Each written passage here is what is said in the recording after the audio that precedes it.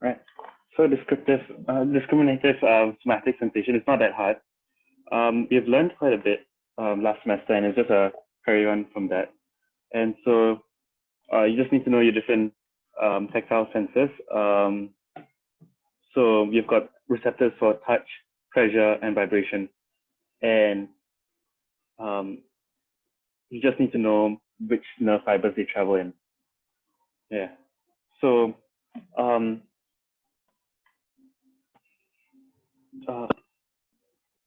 wait, give me a minute.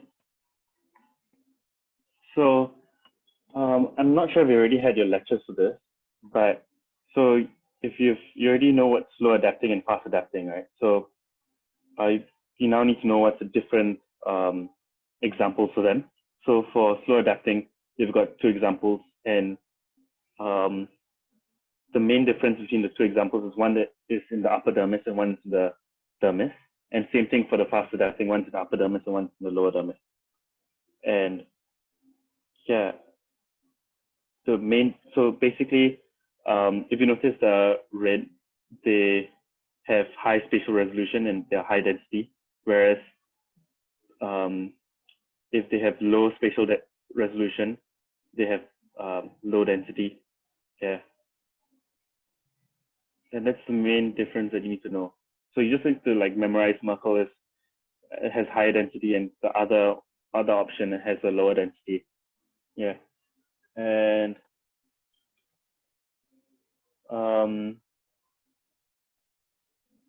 yeah, so this like you need to know the four different examples, but they're not really that important. You just need to know that one has a higher spatial resolution, has a smaller receptor field compared to the other for each of the two different types.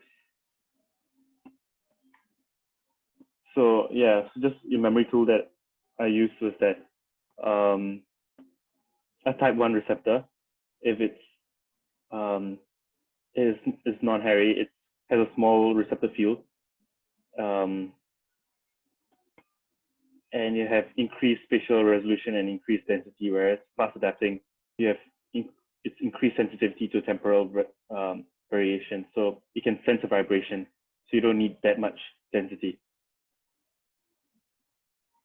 Yeah, so proprioception, this is again something that you already learned in Sem 1 as well. So it's information about tension and contraction of your muscles, and that's carried by A alpha fibers.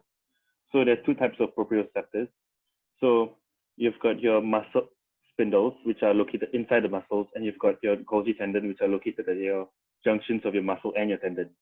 So the main difference you need to know is that your muscle spindles, they have I alpha axons, which wrap around the muscle fibers, and they can detect the stretch of the muscle. Whereas the Golgi tendon, basically, since they are at the junctions, they detect tensions in the muscle. Yeah. So this is just a more in-depth explanation of it.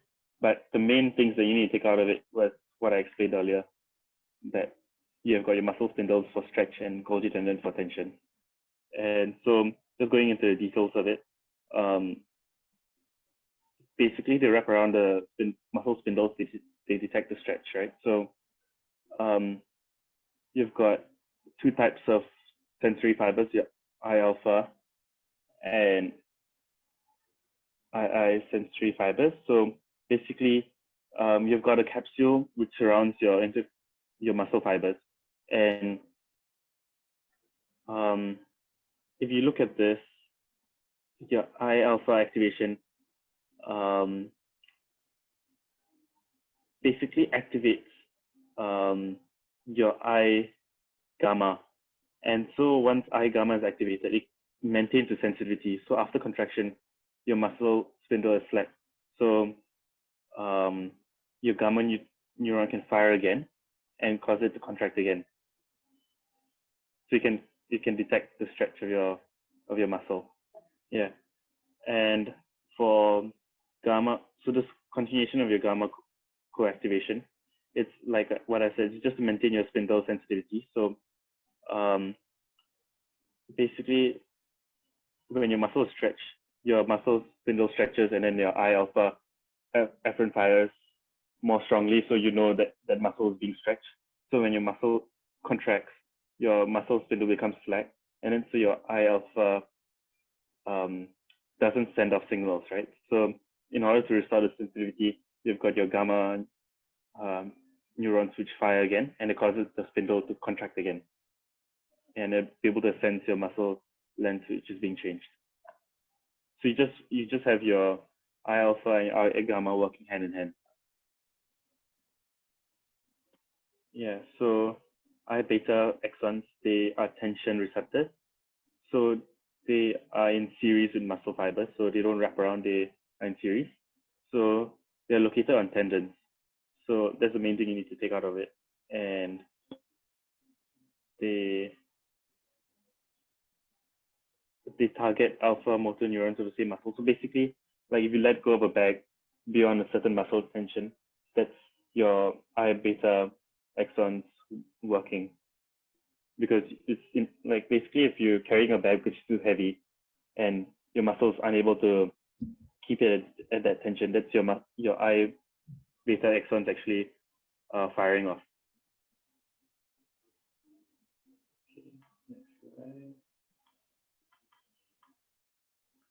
Huh. Sorry, my thing is lagging.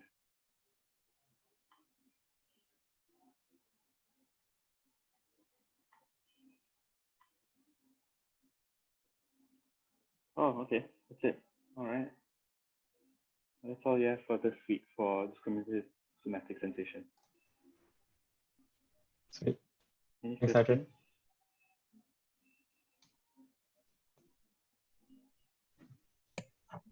ANS now? Yeah. Okay, cool. Let me just share my screen.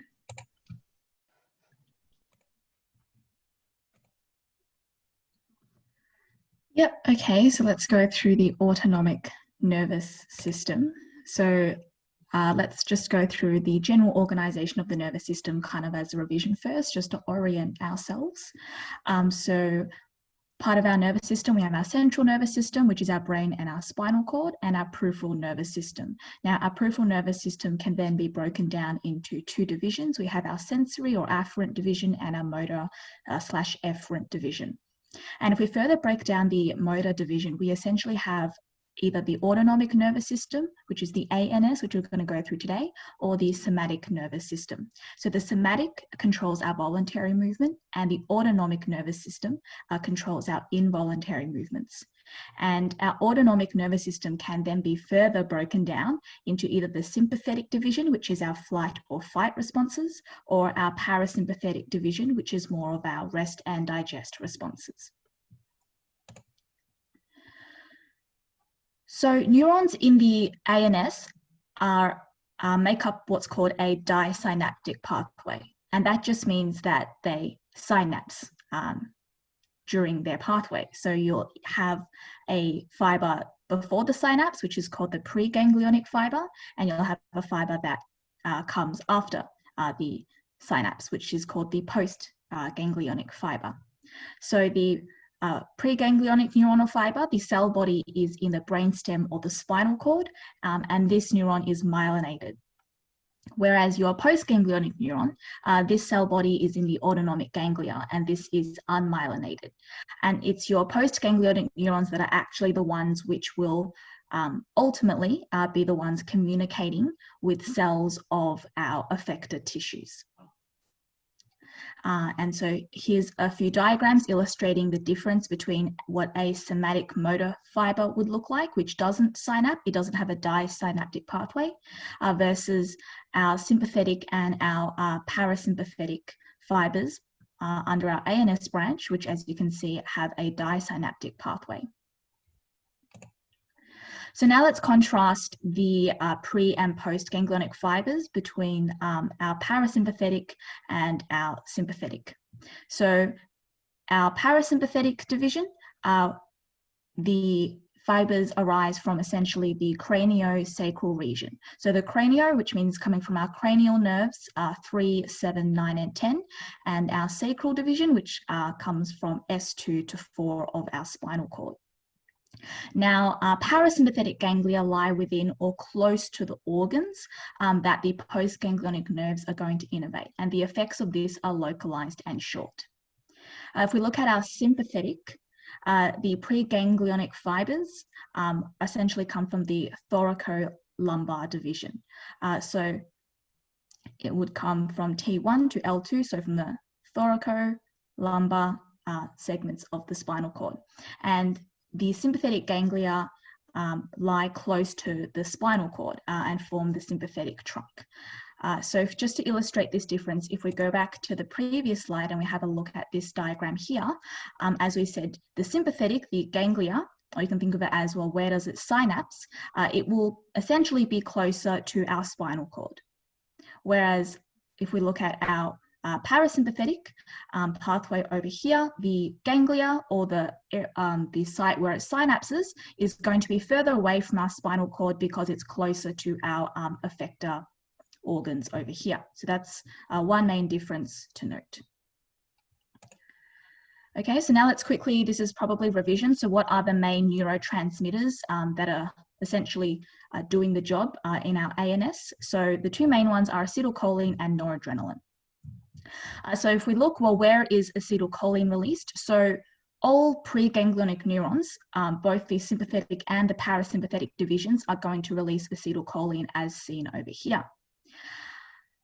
It's released by all parasympathetic postganglionic axons as well, but only some sympathetic postganglionic fibers, such as those innervating the sweat glands, because the main neurotransmitter that is released by the postganglionic axon of the sympathetic division is noradrenaline, which kind of makes sense because, as we said, our sympathetic division, that's for our fight or flight response.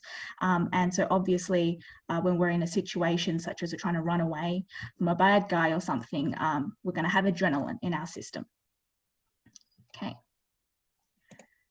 Okay, so now we're moving on to our central systems. So this is, well, how do we actually coordinate information from our brain and down out to the rest of our nervous system, essentially. So this is just a quick recap that we have the sensory and the motor division, which we just went through. Okay, so let's actually get on to the actual stuff. Okay, so central control of the ANS. Essentially, we'll just break it down into three main parts.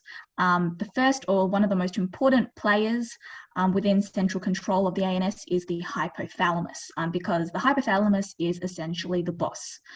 It's in charge of the overall integration of all of the information. Our brainstem has essentially these reticular formations, or these nuclei within it, which has a direct influence over a lot of our autonomic functions. So it mainly influences the preganglionic neurons in the brainstem and spinal cord.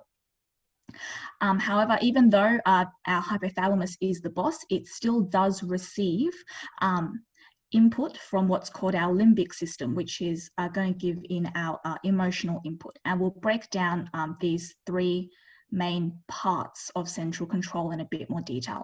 So let's just start off with the boss, or the person who's in charge, which is our hypothalamus. So since it is the boss, we have to know that the hypothalamus can essentially access sensory information from almost everywhere in our body, including anything that's even outside the blood-brain barrier. So this includes things like temperature, our solute concentration, various hormones, as well as our blood pressure. And as we said before, our hypothalamus, although the boss, it can be modified via input from our limbic system. So this could either be memories or emotions. The hypothalamus regulates 5 basic physiological needs. So 1, controlling the blood pressure and electrolyte composition within our body, regulating body temperature, controlling our energy metabolism, regulating our reproduction, and controlling emergency responses to stress. And essentially, the take-home message is the hypothalamus helps us maintain what's called homeostasis. So that just means whenever, let's say, our body temperature deviates from what it should normally be, our hypothalamus senses this and tries to bring our body temperature back to what it was before. This is essentially one of the main functions of the ANS, and that is maintaining our homeostasis. So parts of the hypothalamus. So within the hypothalamus, there are essentially different parts.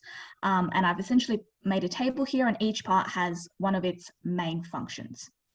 And if you would like to, you may have a look at this, but if you are stressing, at least based on my memory, I don't think this stuff was that high yield. Can anyone else confirm? I don't know any of this at all, like zero, and I did fine. So Yeah. Yeah, like I don't even remember this from this year, much less like last year. zero. I think this I is didn't know newer. any of this like at all.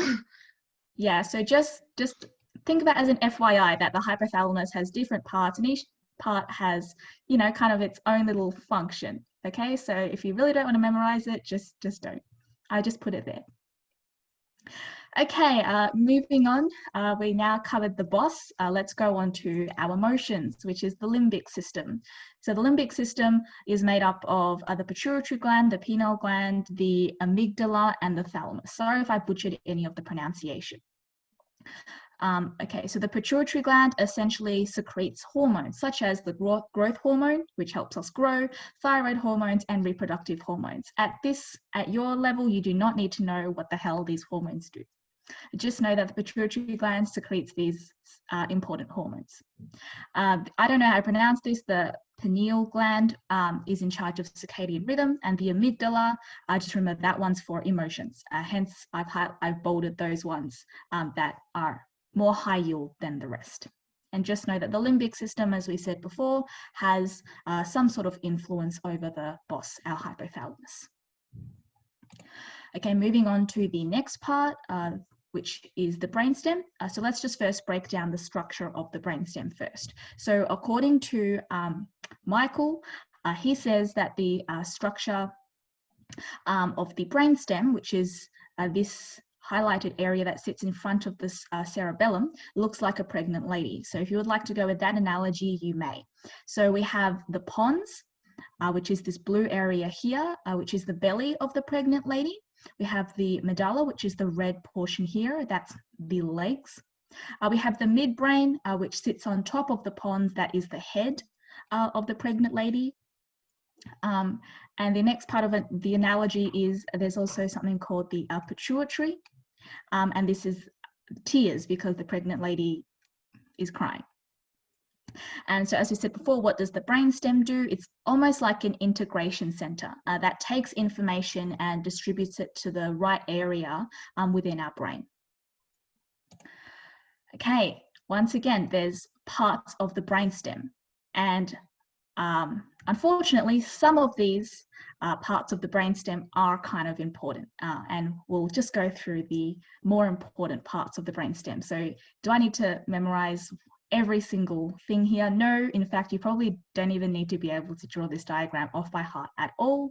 We'll just highlight the important ones for you. But this diagram is just here in case you need a reference for where these parts are. Okay, so this is a table and I've essentially bolded the more important ones. So let's go through those. The first part is the nucleus tractus solitarius, so the NTS, and this is essentially located in the medulla of the brainstem, and its main role is to receive information.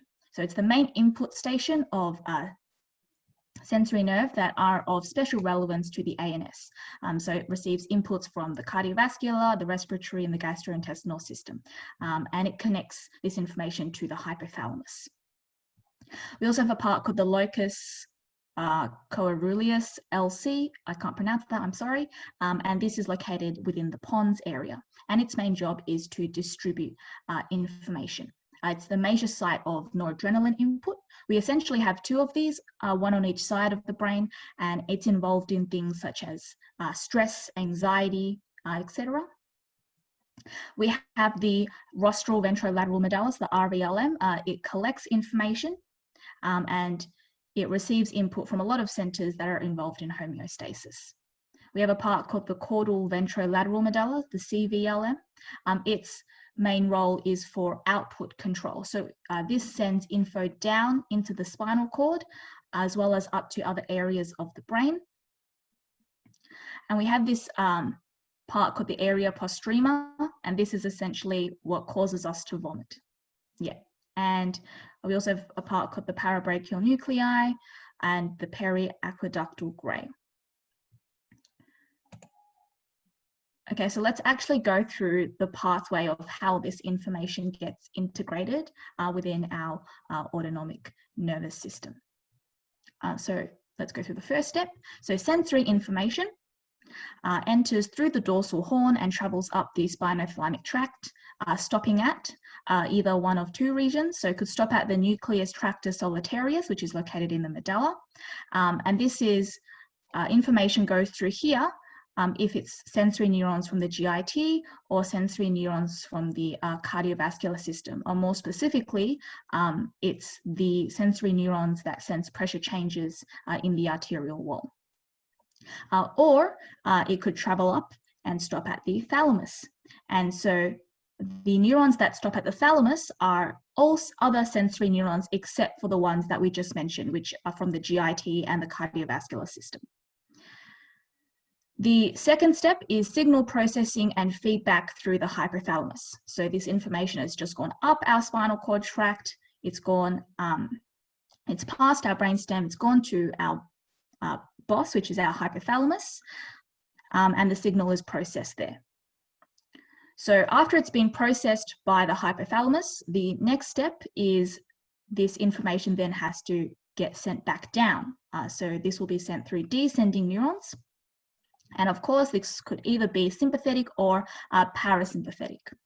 So if we look at sympathetic, well, what happens there? So the main output here is the RVLM.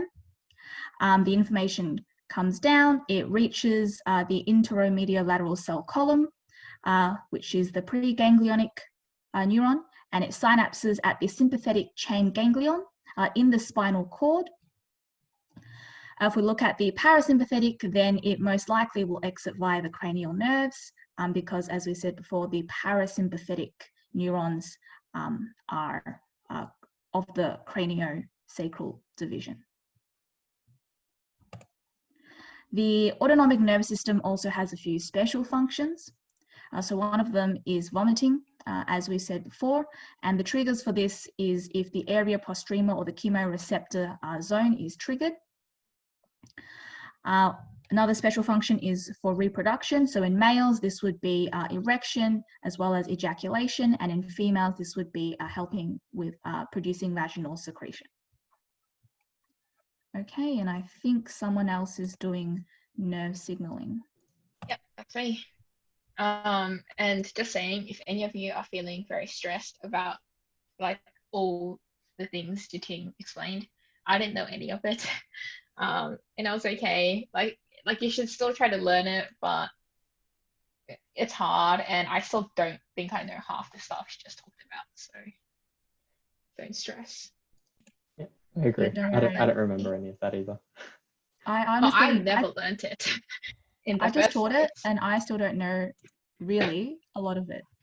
So you guys will be fine.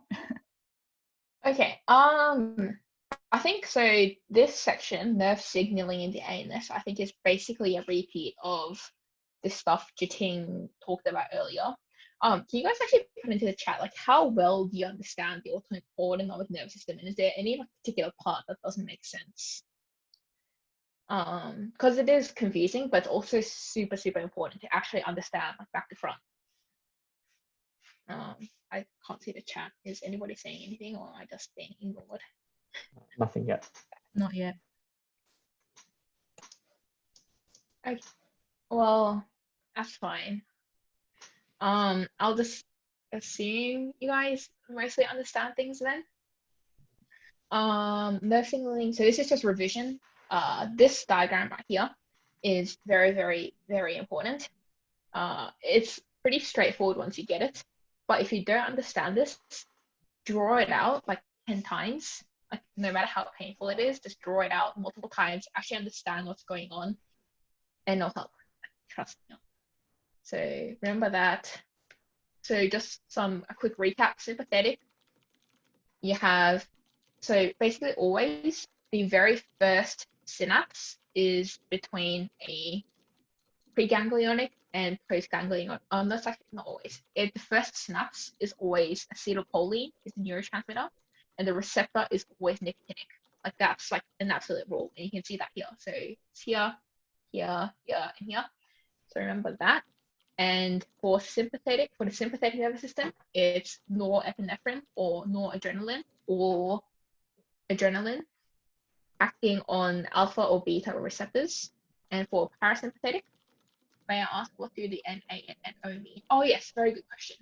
So NA, I don't know if I wrote this, is NA means adrenaline. So NA is, I'm gonna put this here. NA is noradrenaline. And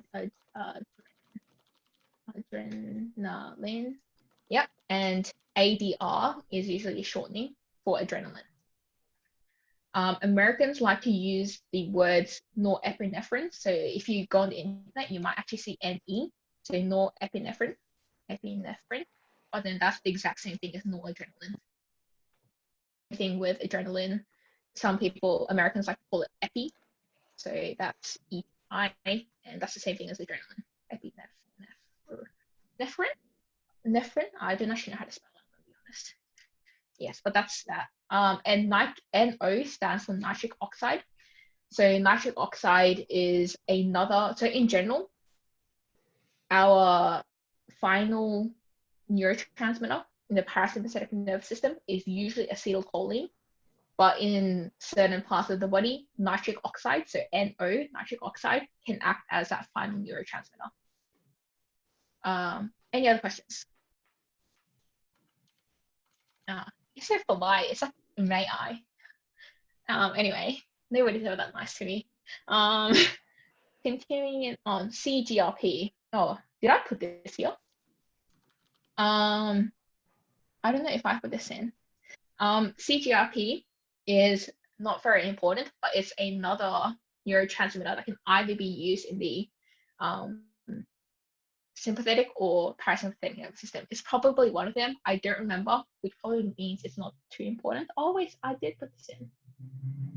No, I didn't put this in. Slide number 17. CGRP.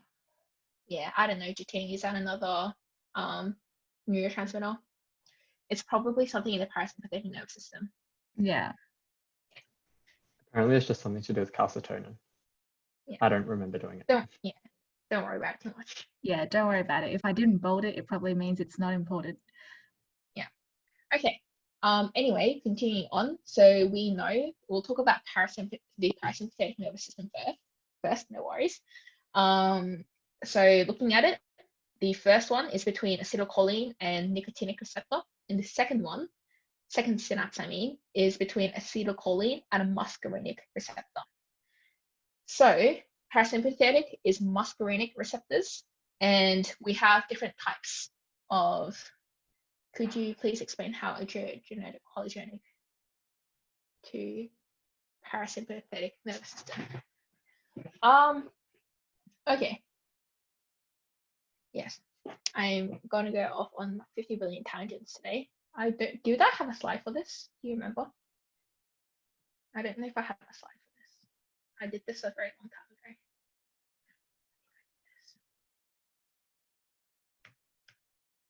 Okay, I don't think I have a slide for this. But whenever you're thinking about adrenergic or cholinergic, don't think about fibers, think more about the actual synapses.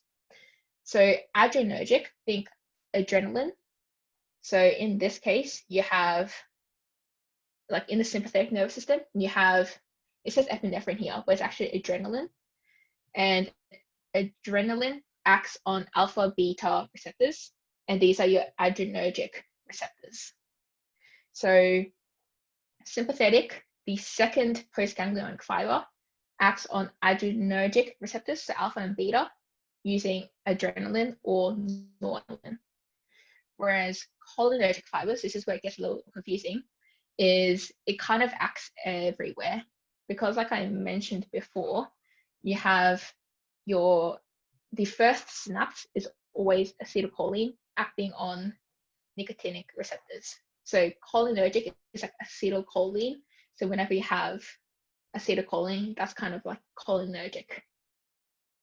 But in general, we tend to associate cholinergic synapses or whatever fibers with the parasympathetic nervous system, because that's where the second synapse, so postganglionic, like the main one, is cholinergic.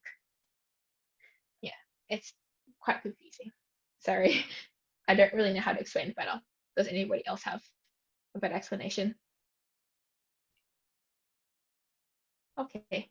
Oh well. In general, for me, I just like to think of, sorry. I like to think of cholinergic as, yeah, parasympathetic, and then adrenergic as sympathetic, just as a general rule. Yeah. Okay. All right. Anyway, so parasympathetic receptors. So we say parasympathetic receptors as like the last receptors the neuron or well, the axons act on. So these are your muscarinic. So looking back to your diagram right here, it's always a muscarinic, and there are 5 different types, and the different types depend on the location. So in the gastric salivary glands and the CNS, you have M1 type receptors. In the heart, you have M2, M3 is mostly smooth muscle, M4, M5 is CNS. Whether you don't really need to memorize all the different types of receptors, it should be enough to just remember that muscarinic receptors are parasympathetic.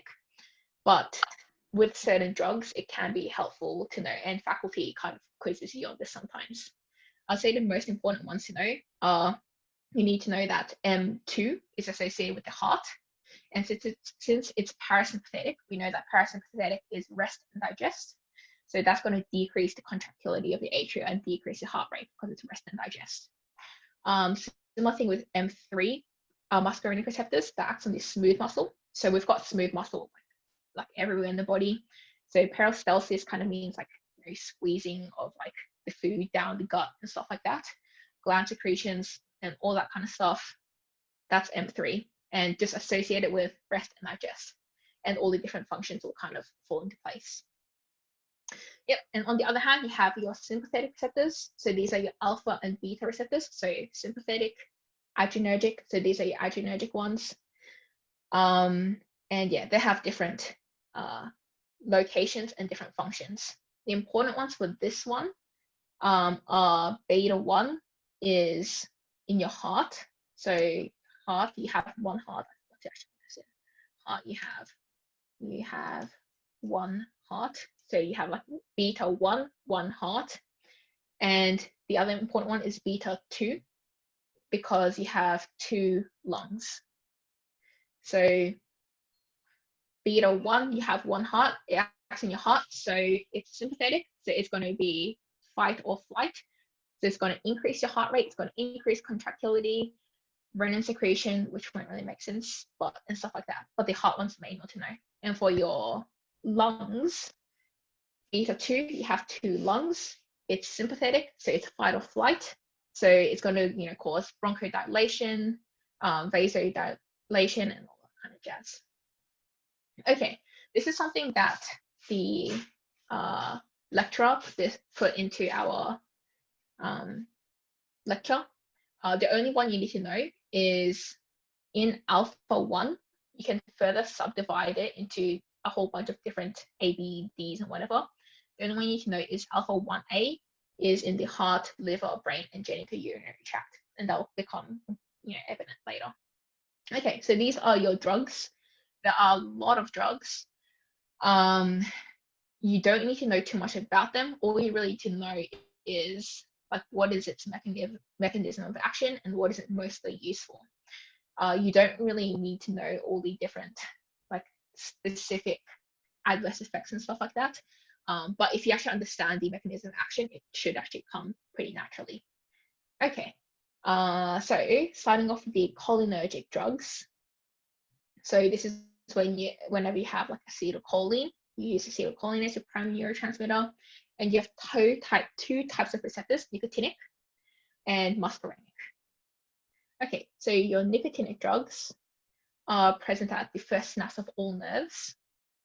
So let's go back to slide 20, always refer back to this one. So your nicotinic receptor is at the first synapse of all nerves.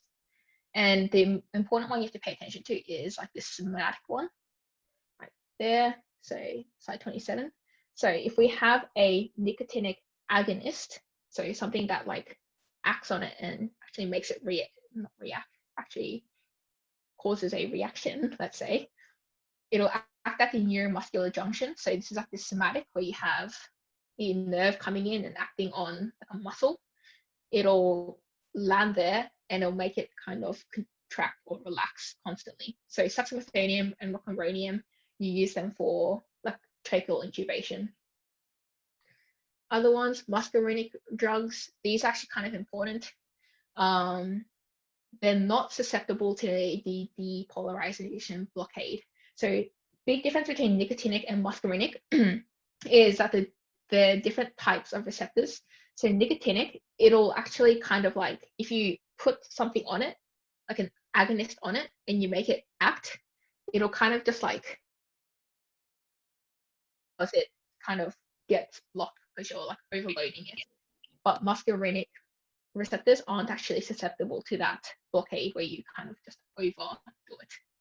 And muscarinic, if you go back to slide 20, it's associated with parasympathetic responses. And you have, so that's rest and digest. So muscarinic agonists, as a general rule, muscarinic is parasympathetic. I know I'm really saying the same thing over and over again, but it's important. Muscarinic is parasympathetic.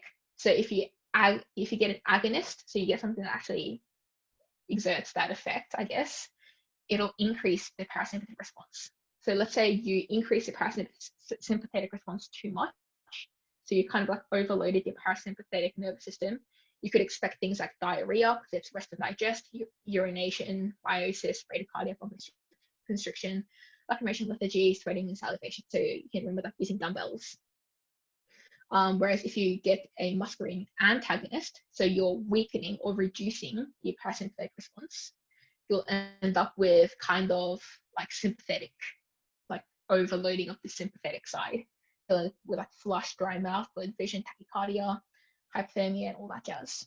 So try to logic your way through this stuff as you go through it, because it actually makes a lot of sense. This, I'm actually not going to read through it. Just read through each one individually and try to actually figure out like why it makes sense. So something like, we'll just do one example, ipratropium. Ipratropium is an anti-muscarinic drug. So that means that it kind of downplays the parasympathetic nervous system. So we know that parasympathetic nervous system will kind of cause bronchoconstriction. So if you have bronchoconstriction, it's going to make it harder to breathe. So what we do is we give an anti-muscarinic drug, so that causes bronchodilation, and that provides symptom relief in COPD, which is like a lung condition. Yeah, so go through each one individually. It makes a lot of sense and it's very satisfying. Anticholinesterase drugs, I think we already ran through this one last semester, so that's that. Adrenergic drugs, there's a lot of information here. You don't need to know too much of it, but I think it's definitely worth reading through. It's just a repeat of the previous slide. So, adrenaline is used for anaphylaxis. I'm sure you've seen the things where you jab into someone's thigh, and adrenaline is sympathetic. So if you have sympathetic responses, it's going to cause bronchoconstriction because it's fight or flight, vasodilation, and increase your heart rate, which are good things when you're having an anaphylactic reaction to something. Alpha-1 agonists, so just keep, I'm not going to go through each of these ones individually, other than say you should go through each of these ones individually. But beta-2 agonists are actually pretty fun and interesting. Beta-2, if you remember, beta-2, you have two lungs. So you know that the beta-2 receptors are in the lungs. And beta is adrenergic. Adrenergic is sympathetic. So the sympathetic effect in the lungs is to bronchodilate. So if you have an agonist, beta-2 agonist is going to cause bronchodilation. So you have salbutamol, which is the blue puffer, and all the formoterol or ephemerol. Yeah, very cool. Oh yes, and beta-2 antagonists will there's no clinical use because you don't want to purposely bronchoconstrict someone because that's bad and you might accidentally kill them. Imipramine and levodopa, you don't actually really need to know anything about these ones. Just know that it's an antidepressant and it can be used for urinary urge incontinence. And for levodopa, just know that's used in Parkinson's disease. Yeah. Alrighty, any other questions? I just have something to add on. So we were talking, well, I think you mentioned like beta-1 antagonists. Yeah. So beta-1 is for the heart, and if it's an antagonist, you're going to be blocking that. Wait, sorry. Beta-1 agonists. So you're activating your beta-1 receptors. And sure, that's good for your heart.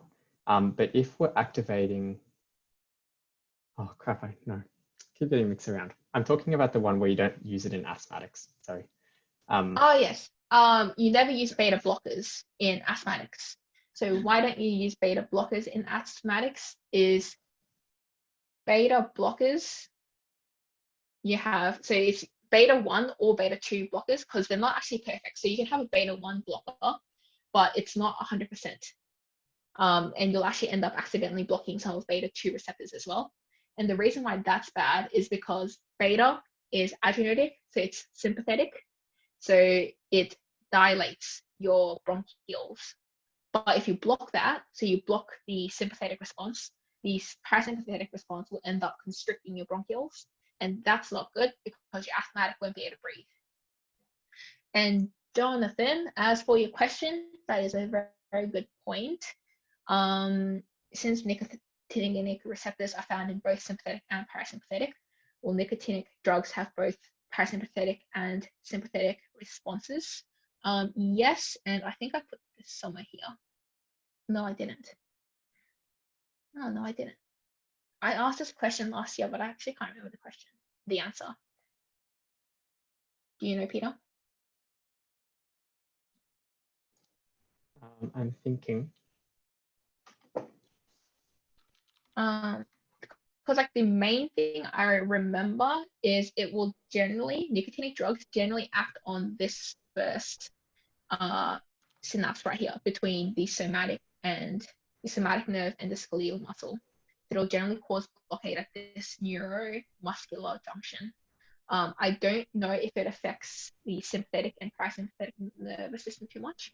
I think it does too much. Like it probably does, but it's not the predominating effect. Yeah, I'm not too sure. I don't think it's too much.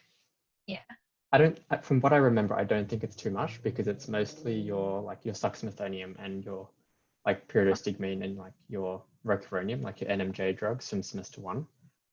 And from what I remember, which is not too much, it doesn't have a huge effect, but we'll get back to you with a more solid answer.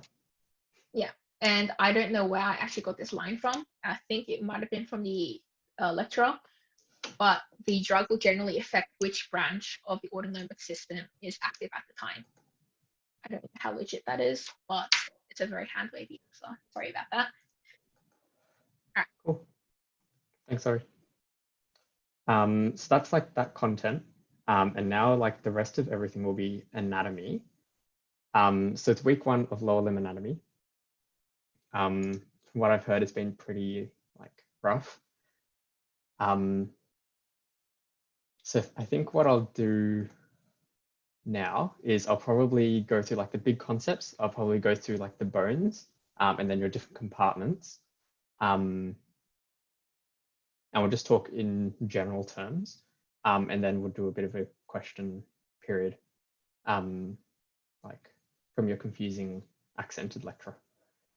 Does that sound good to everyone, or would you rather do something else?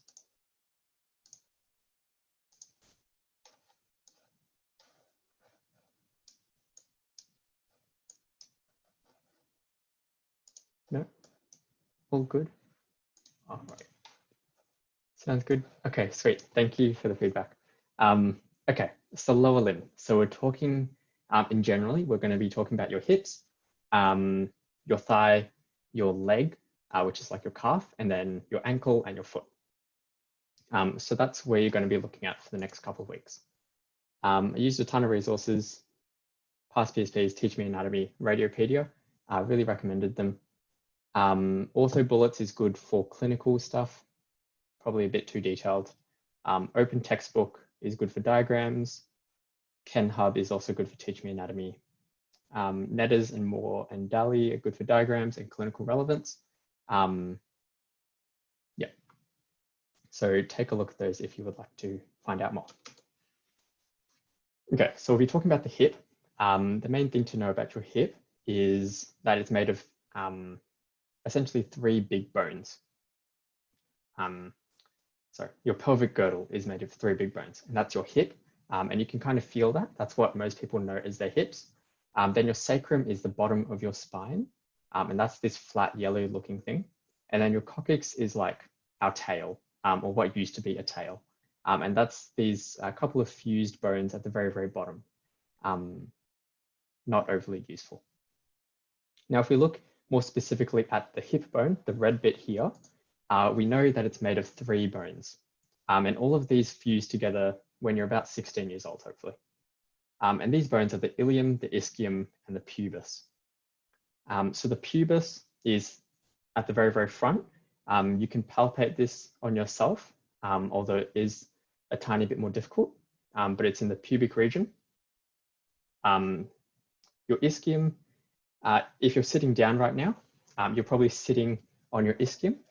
So that's the very bottom part of your pelvis. And then your ilium is the biggest part. It has these wing looking things, and you can feel these on the side of your hips, and that'll be the ilium. The most important thing to recognize is that all 3 of these, 16 years old is where they fuse together. The most important thing to recognize is that your ilium, pubis, and ischium, so 3 parts, will all fuse together at something we call the acetabulum. And the main thing to know about the acetabulum is that this is where the hip articulates with your thigh bone or your femur. And this is the location of our joint. Yeah, so the thing about this joint is that it's designed for weight bearing and stability, because you have your head, your shoulders, your whole body, and it's weighing down on these 2 joints. So we prefer it to be stable rather than mobile. And that's a characteristic of the hip joint. There'll be a bunch of landmarks that they expect you to slowly become familiar with. And it's very, very confusing. So I'll go through the biggest or the most prominent ones first. So the things to know, I think, would be your anterior superior iliac spine. And if we have an anterior superior, we also have an anterior inferior. And therefore, we also have a posterior superior and a posterior inferior iliac spines. Those will be referred to as the ASIS, the AIIS, the PSIS, or the PIIS. And these are a few landmarks that are really important for your ilium, or the big wing part location. Another important location here is your pubic symphysis. Now this is at the midline, so it's at the very middle of your body, and this is where the 2 halves join together. As I spoke about before, we have the acetabulum, the fusing point of the ilium, ischium, and the pubis, and that'll form the joint socket. And then we also have the ischial tuberosities, which are kind of at the bottom here. And this is where your hamstrings attach onto. And this is also where you sit on. So if we come back here, your ischial tuberosities are right at the very, very bottom. And that's a really, really important landmark. We also have the ischial spine, which is kind of similar to the ischial tuberosity. I used to get very confused about the 2. The main thing to know about the ischial spine is that it separates 2 notches, the greater and the lesser sciatic notch. You probably won't touch on too much of this in first year, but just to have a general sense of the structures and the bones in this area will help you for lower limb a bit, but it'll also help you for when you do pelvis in second year. So if you don't understand it now, which I certainly did not, don't worry too much. Keep it in the back of your head, and it'll make a bit more sense in year 2 when you look at it in a bit more depth. Main thing to know is your hip is made of your ilium, ischium, and your pubis, and that forms the acetabulum. Now, if we move on to the next big bone, you have your femur. This is in your thigh, fairly big, looks like this. And I'll just point out a few big landmarks. So as with all of our long bones, we normally have a head, neck, and a shaft, and that's the same for our femur. We also have 2 kind of prominences here. We have something called the greater trochanter, as well as the lesser trochanter. These are mostly important for the attachment points of certain things. And I believe you can also feel your greater trochanter on yourselves, but you have to push a bit deeper. Yeah, the neck and the head of the femur will come up as very, very important things to know in the future, but we won't touch on that today because we'll just try to get the basic anatomy down. Now, if we keep going down, keep following the femur down, we'll get to the very bottom, and this is at the knee joint.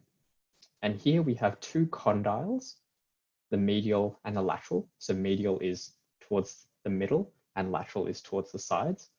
And these 2 things are important because this is where your knee joint articulates, or where it joins up with your leg or your calf. Yeah, and it will also form the place where you get your kneecap. So your kneecap doesn't move around because there are these 2 bumpy bits that kind of stop it from moving outside of that. So that's your femur in a bit of detail. Then there's a bunch of clinical stuff here. Pretty nasty picture of when things don't go well. And that's bad. There are a few joints between these bones. They're not too useful. We've talked about the pubic symphysis, how it's the midline joining at the very front. The sacroiliac joint is the joining between the sacrum and the ilium. Sometimes people get pain there, but it's not too useful. And then your hip joint is between the acetabulum and the head of the femur here. So I've circled, I've rectangled off all these joints here. Around our hip, we have a bunch of important ligaments. And the main one I would like everyone to kind of understand from today is something we call the inguinal ligament. There are other ligaments. They're not too important. The main ones to know is the inguinal ligament. So if you recall, I was talking about the hip, and we have something called the ASIS, or the anterior superior iliac spine. And we also have the pubic symphysis right at the middle. And if you draw a line between that, that's essentially where your inguinal ligament is going to be. And this inguinal ligament is an important landmark because you have a few structures that run under it, and that allows things to get from your pelvis or from your like abdominal area, and for that to enter the anterior or the front compartment of your thigh. Yeah, so the contents of this area include your femoral artery, vein, and nerve, so all your neurovasculature, as well as a muscle called the iliopsoas. Oh boy, iliopsoas. And we'll talk about that a bit later. But just keep these in mind. The femoral vein, artery, and nerve are the most important things to know about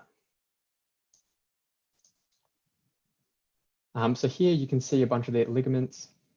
There are a lot of ligaments in this area, and for good reason. It's all to keep the location stable. But the main one I want everyone to kind of get a grip with is your inguinal ligament. And that's kind of at the front. It's kind of in the groin area, if you kind of want to visualize it there.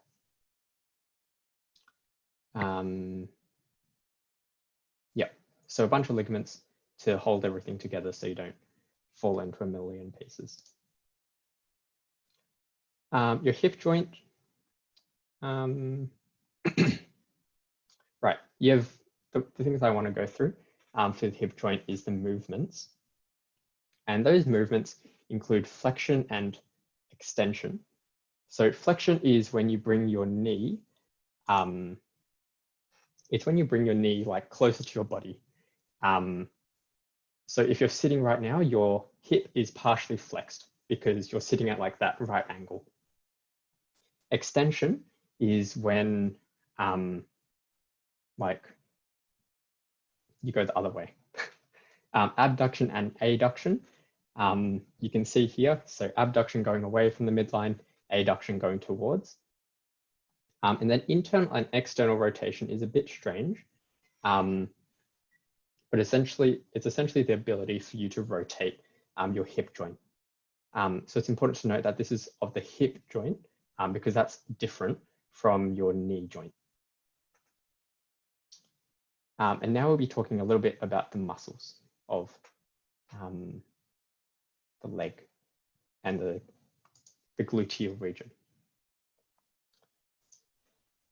So we'll be talking like briefly about your gluteal muscles. Oh, actually, sorry. Does anyone have any questions about the bones so far? Otherwise, I'll keep going.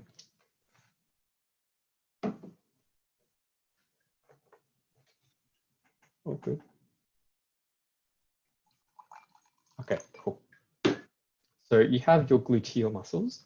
And essentially the main function that you should know about these is that it helps with hip extension. So these are all the things on your butt. You have your maximus, medius, and your minimus. All of them have slightly different functions, but they're mostly involved in hip extension, abduction, and yeah. So I've done these tables. Once again, oh, sorry. I've done these tables. The main thing to know about these is the innervation. Okay, so these are fairly superficial. These ones are what you're probably sitting on. So they're very, very superficial. If we cut them away and we pull them back and we remove them, we have these deeper muscles down here. These are fairly difficult to conceptualize, I think. And we have quite a lot of them, to be honest. So the ones to know is your piriformis. Your piriformis is apparently pear-shaped, and that's at the very, very top. Then you have your gemelli muscles, your superior and your inferior. And these kind of course into your hip. And then you have your quadratus femoris, which is this shorter muscle here. And these all make up your deep gluteal muscles. As you can see from this picture here, they all attach onto your hip and they go to generally the greater trochanter or the intertrochanteric crest, which as the name kind of suggests is inter, so in between, and it's in between the lesser and the greater trochanters of your femur. In general, all of these help with lateral rotation. And the reason they help with lateral rotation is like much like your rotator cuff, all of these run along the back or the posterior side of you. So if they contract on the posterior side, that's going to pull them in a certain direction, and that's going to help laterally rotate your hip. So that is going to be your deep gluteal muscles.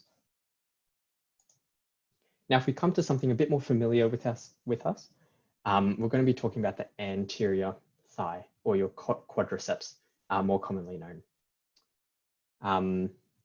So all these muscles here, they help to flex your hip or to bring your knee a bit closer to your chest. So in addition to those quadriceps, we also have these internal muscles that come from our spine and from our pelvis, and these help to flex our hip. Otherwise, we have the anterior thigh muscles, and these are your quadriceps. So from here, you have your vastus lateralis, your vastus intermedius, your vastus medius, and deep to all of these, you have your rectus, your rectus femoris. Wait, sorry. Yeah, so rectus femoris is superficial, sorry.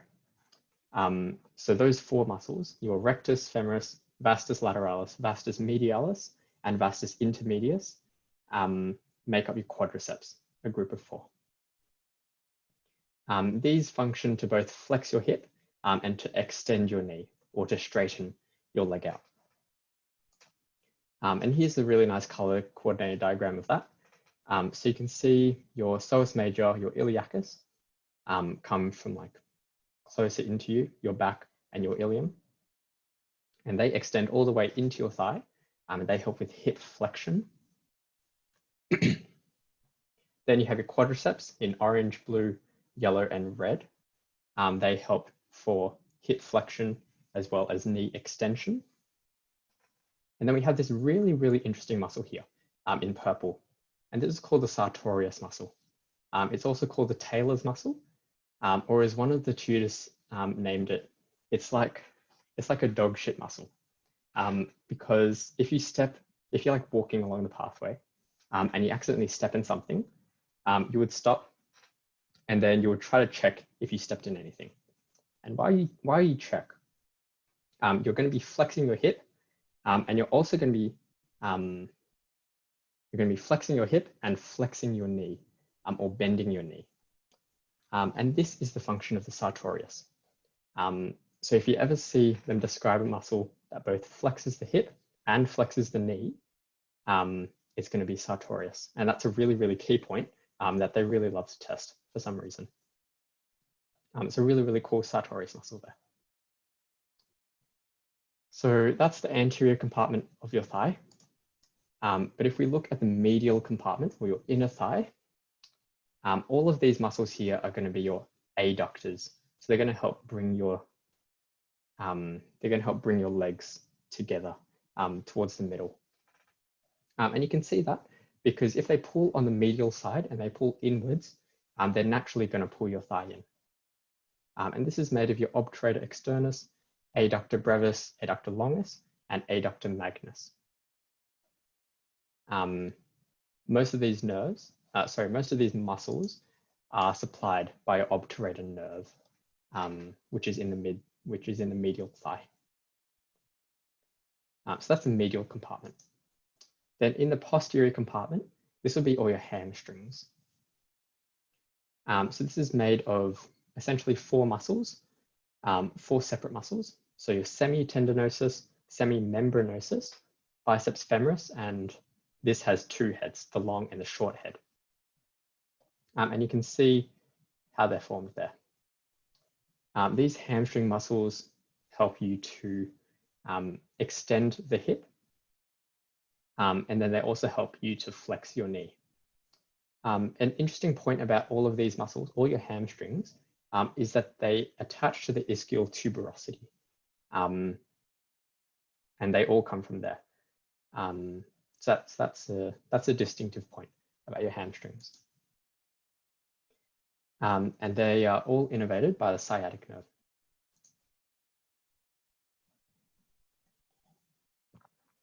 So that was a really, really quick run through of your thigh muscles. Does anyone have any big questions about those? Or just questions in general?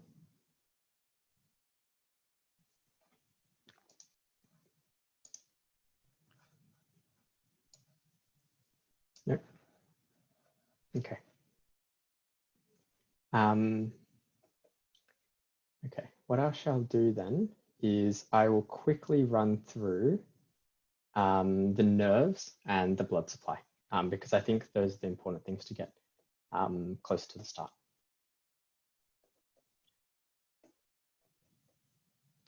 So with our nerve supply, most of it, oh, we have a couple ways it comes through.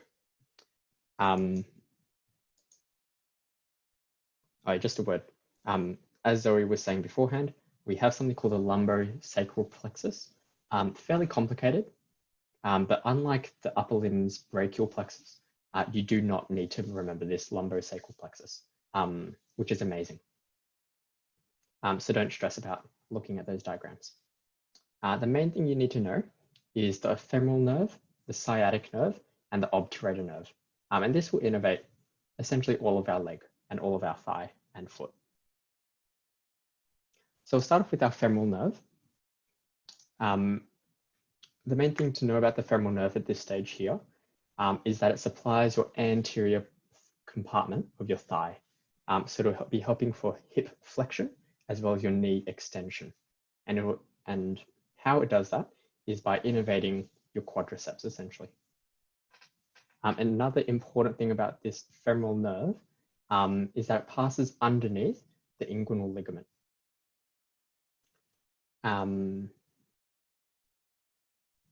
So that's the general function of the femoral nerve. Hip flexion and knee extension. It also supplies a lot of the anterior sensory innervation. After that, we have the obturator nerve. And I've been going fairly fast, but the obturator nerve supplies the medial compartment of the thigh to help with your adduction. And therefore, if it's in the medial compartment of the thigh, it'll also help you out with your sensory innervation in the medial thigh. Fairly small nerve, doesn't matter too much. I'll also mention that it goes to the obturator foramen, but don't worry about that too much. And lastly, we have the sciatic nerve. Sciatic nerve is an absolutely massive nerve. I believe it's the biggest one in your body. And this one will supply basically the posterior thigh and then your calf muscles and as well as your foot. So this is the really, really important one you need to know. So with your sciatic nerve, generally as its course, it will come out of the greater sciatic foramen, which is just a hole in your pelvis essentially. And it will go down the posterior thigh through your hamstrings, and it'll get into a pocket called the popliteal fossa. Your popliteal fossa is essentially this space at the back of your knee. And that's all you need to know for now. And at this point, it'll split off into two nerves, which is best seen in this diagram. It'll split off into your common fibular nerve and your tibial nerve. We haven't gone through the calf muscles yet, but all you need to know is your tibial nerve will innervate the posterior calf. So this is like the main, it's the main bulk of your calf. It's what you can feel. It's what gets sore if you run a lot, I think. So tibial nerve is all through the posterior calf. And then we get this common fibular nerve. This will innervate your lateral calf muscles, but we won't talk about that too much. So that's a femoral, obturator, and your sciatic nerve. And that covers most of the innervation of your lower limb. Then we'll talk about the arterial supply. Okay, so if we trace it back from the very, very start, your blood comes out of your heart, right? And you have something called the aorta. It arches over and it goes down essentially your entire abdomen and your chest. And at this point, we call it the aorta, the thoracic aorta, the descending aorta, the abdominal aorta. It has a bunch of names, but just know it's a giant tube of arterial or oxygen-rich blood that travels down your body. And when it gets down to about the level of L4, it splits off, and it divides into two arteries, which are mirrored on both sides. And this is called the common iliac artery.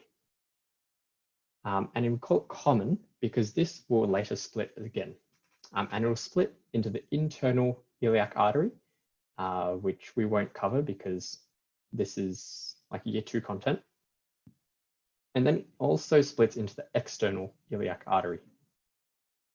And this external iliac artery is what we're going to be focusing on. Because this external iliac artery will travel underneath the inguinal ligament. So once again, we're coming across this inguinal ligament, and it's really, really important. And by going down underneath this inguinal ligament, it's going to be entering the anterior thigh, and it's going to be entering the leg as well. So like your whole lower limb. And this is going to provide the blood supply basically for your entire lower limb. So it's a really, really big artery. So as it goes down, it'll be your femoral artery. And it also has a branch called the profunda femoris, or the deep femoral artery. And this will supply a lot of your thigh muscles. But if we continue following the main femoral artery, or whatever's in green here, as it goes down your thigh, it's in the anterior compartment. But then it passes through a hole in your adductor magnus, and this is called the adductor hiatus. And it's going to pass through this hole, and it's really, really cool because this is how it passes from the anterior thigh compartment into your popliteal fossa, or the back of your knee. Yeah, and once it pops out at the back of your knee, it's going to be in this popliteal fossa, or the, yeah. And at this point, it will be splitting off into a bunch of branches, and that will help to supply the leg. It has a bunch of divisions, but you haven't gotten down to the leg yet, so we probably won't go through it. But the main thing to realize is that your whole lower limb comes essentially from your femoral artery. You get a tiny little bit from your obturator and your gluteal arteries as well. They mostly help to innervate.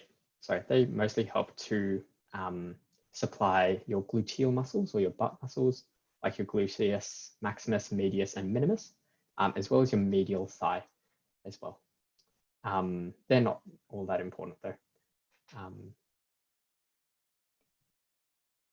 Yeah, so that's your arterial supply, that's your nervous innervation as well. And similarly, we would also have to look at the venous drainage. But the good thing about the venous drainage is that it follows the arterial draining, the arterial supply. So if we start at the bottom, from the bottom at our foot, it forms all these large arteries, both deep and superficial, and eventually they all combine into this popliteal vein, once again in your popliteal fossa, or the back of your knee.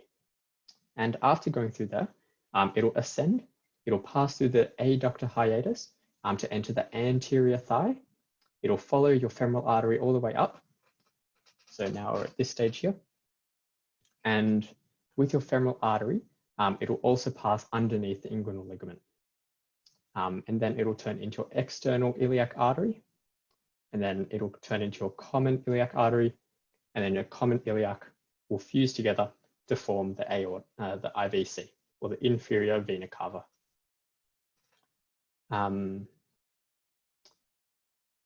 So yeah, so I think the main things to kind of understand from this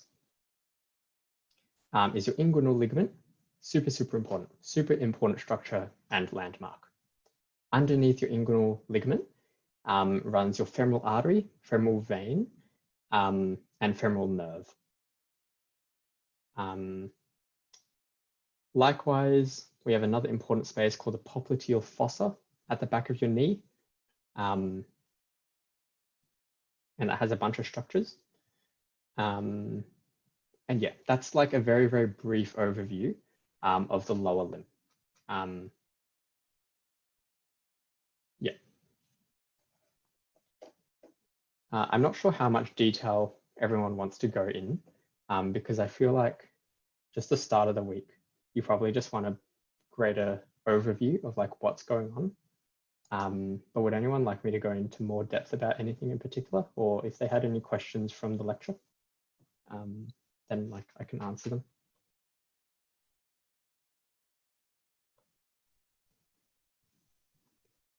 Key borders, do you mean like key spaces and key borders?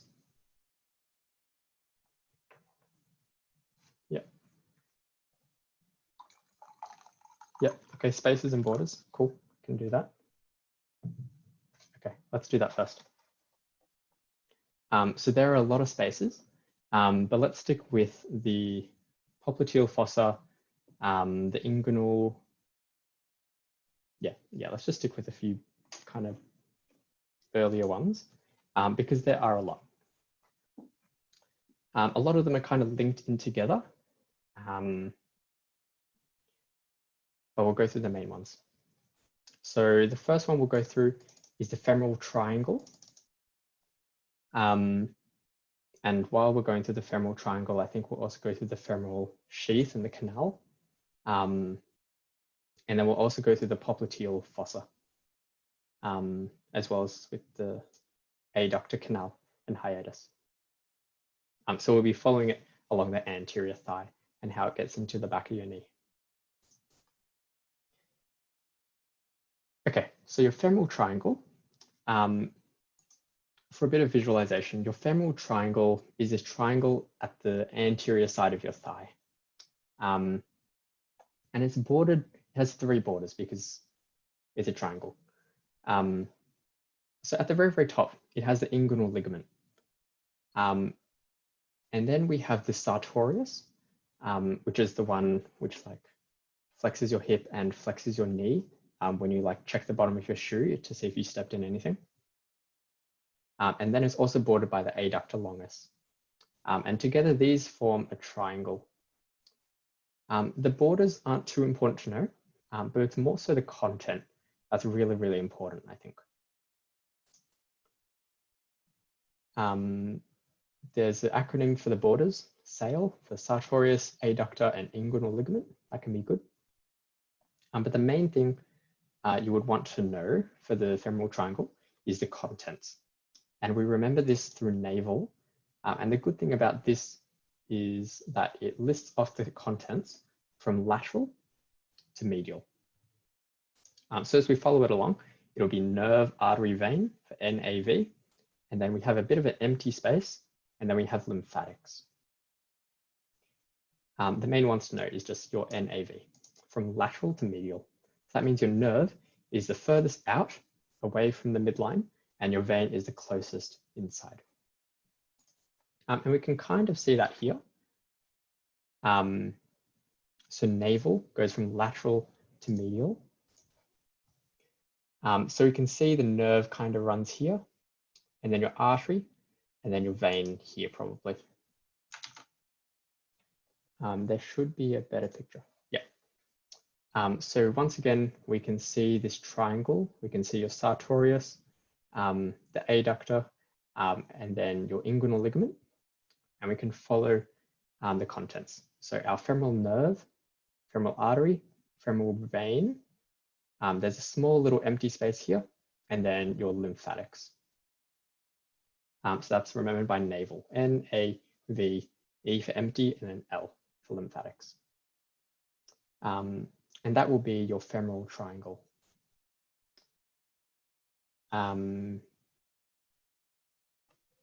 Cool. So while we talk about the femoral triangle, we can further classify the structures that go through this femoral triangle. And we talk about something called a femoral sheath. And you'll see online that there are these 2 terms, femoral sheath and the femoral canal. And they're really, really confusing because they're kind of similar and they exist within each other. But we'll try to explain it. So the femoral sheath is everything in the femoral triangle except for the femoral nerve. So it's your artery, it's your vein, it's your empty space, and it's your lymphatics. And you can see that here in what is circled by the green. So we have our artery, our vein, our empty space, and our lymphatics. And that is the femoral sheath in green. Now, as a subset or as a part of our femoral sheath, we have something called the femoral canal. Yeah,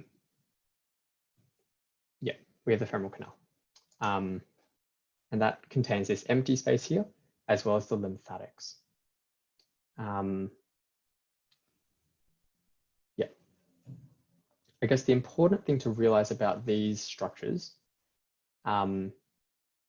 is that although we have the artery, vein, empty space, and lymphatics inside this femoral sheath, the femoral nerve, does not run inside this space. That's the most important thing to get. The nerve is outside of this femoral sheath. And therefore, this is getting a little bit clinical, but if you get any injury to the blood here, to the vessels in here, like if blood spills out or anything like that, it won't affect the femoral nerve too much because they're in separate spaces. Sure, it'll be painful, but it won't directly affect your femoral nerve because they're not in the same space. And that's the femoral triangle, femoral sheath, and femoral canal. Yeah, so our sciatic nerve is the other big nerve of our leg. So right now, with our femoral nerve, we're looking at the anterior thigh. With our sciatic nerve will actually be at the back. So it'll be the posterior thigh. So you won't be able to see both of them at the same time because your sciatic nerve is down the back of your leg. You're probably sitting on it now somehow, whereas your femoral is on the front of your thigh. So they're kind of, they're opposite sides of the thigh, if that makes sense.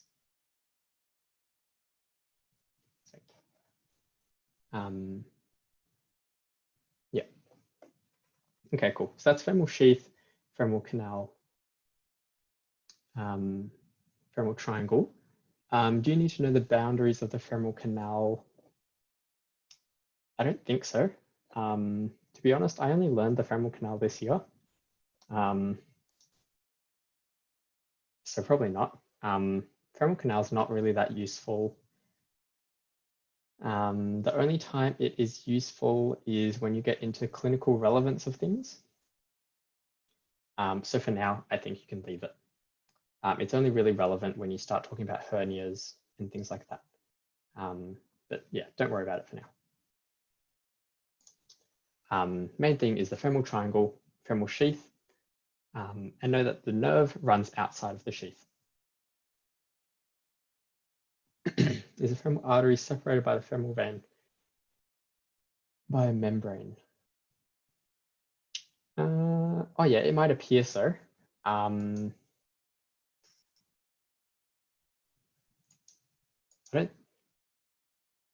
Nothing significant, I don't think. There's probably a little bit of separation just to make sure they don't stick together. Like there's probably a little bit of connective tissue or fascia there, but nothing significant. For the sake of like the femoral sheath, you can consider them in the same space, so not separated by a membrane.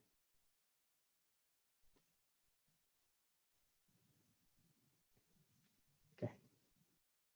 So if we keep following, the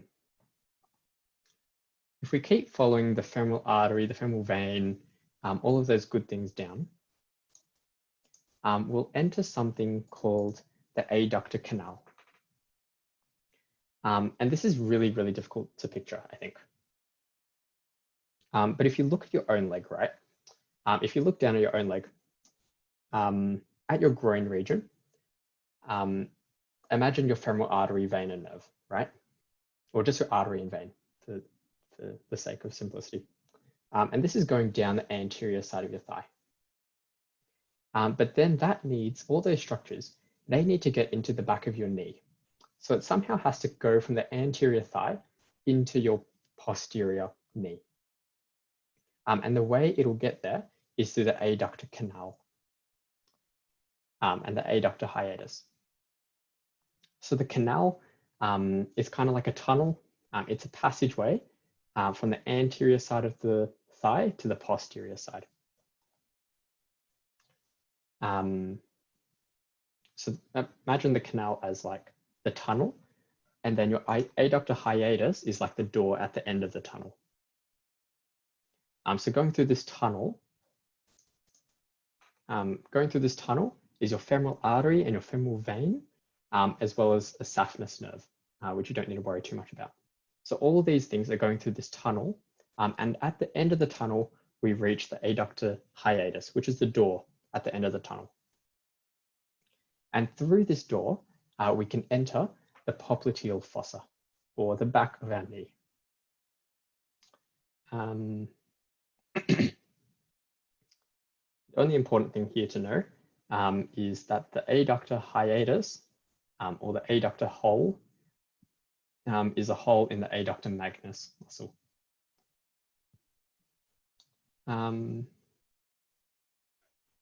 Yep.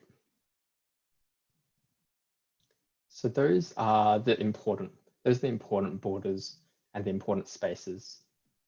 Oh wait, sorry, no, that's not all of them. So we've just entered the popliteal fossa. So we'll talk about the popliteal fossa. So the popliteal fossa is best seen through this diagram here. And it's this diamond-shaped area at the back of your knee. So superiorly, or at the top, it's bordered by your hamstrings or your semimembranosus, as well as your biceps femoris. And then on the bottom, it's bordered by your gastrocnemius, which sounds really stupid. But these are like your calf muscles. And together they form this diamond shape. And this diamond inside is called your popliteal fossa. There are a bunch of borders here. I would mostly think about like the top borders, your superior lateral and your superior medial, and then your inferior lateral and inferior medial borders. And then after you kind of had to think about that and kind of visualized it, then you can start thinking about the floor and the roof. They're not too important until you get to the clinical relevance though. So once again, you can see that it's forming a diamond shape by these four muscles. The important thing, which I heard a little bit about, I think, is that they went on about the popliteal fossa contents a lot. And it's like super confusing because there are a lot of contents. Like there's a lot of things in here. So here's a good summary, I think.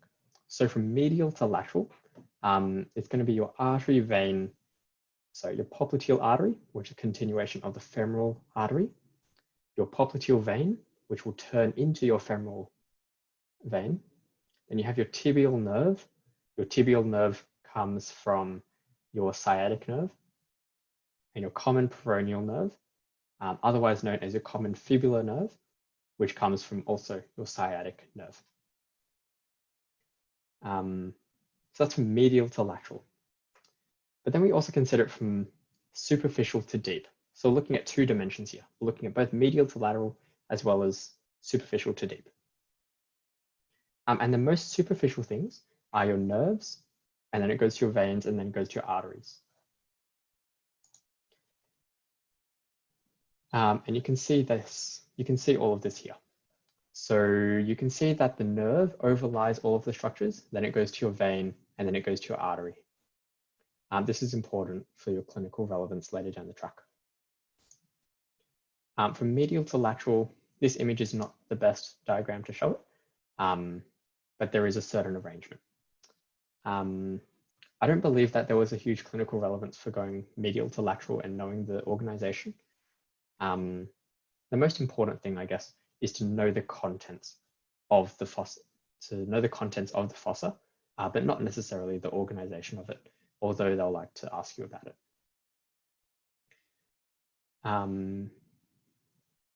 Yeah, but like a bunch of things can go wrong in this small local space because there's so much movement. So that's femoral triangle, femoral sheath, femoral canal, adductor hiatus, popliteal fossa. That's a lot of spaces we've gone through.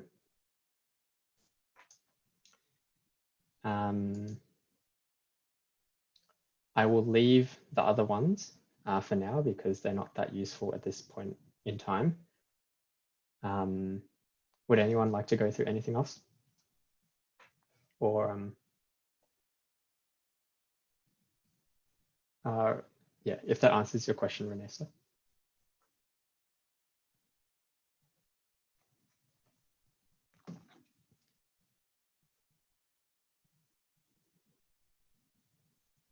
Sweet, cool. What were the confusing things from the lecture earlier this week? Like aside from the accent and the understanding bit. Because I can probably give like a brief overview of that. Otherwise, right, nothing was labeled. Fantastic. Yeah, that's a bit rough. Yeah, especially with like knowing the names of each of the things, that can be pretty rough. There are a ton of diagrams in this PowerPoint, so hopefully like you can either just take them. Otherwise, Netters has good diagrams, although they're a little bit complicated. Teach Me Anatomy has good diagrams, they're really clear. They might be a little bit simplistic though. Otherwise, just use Google Images. Were there any other questions that anyone had or wanted me to cover?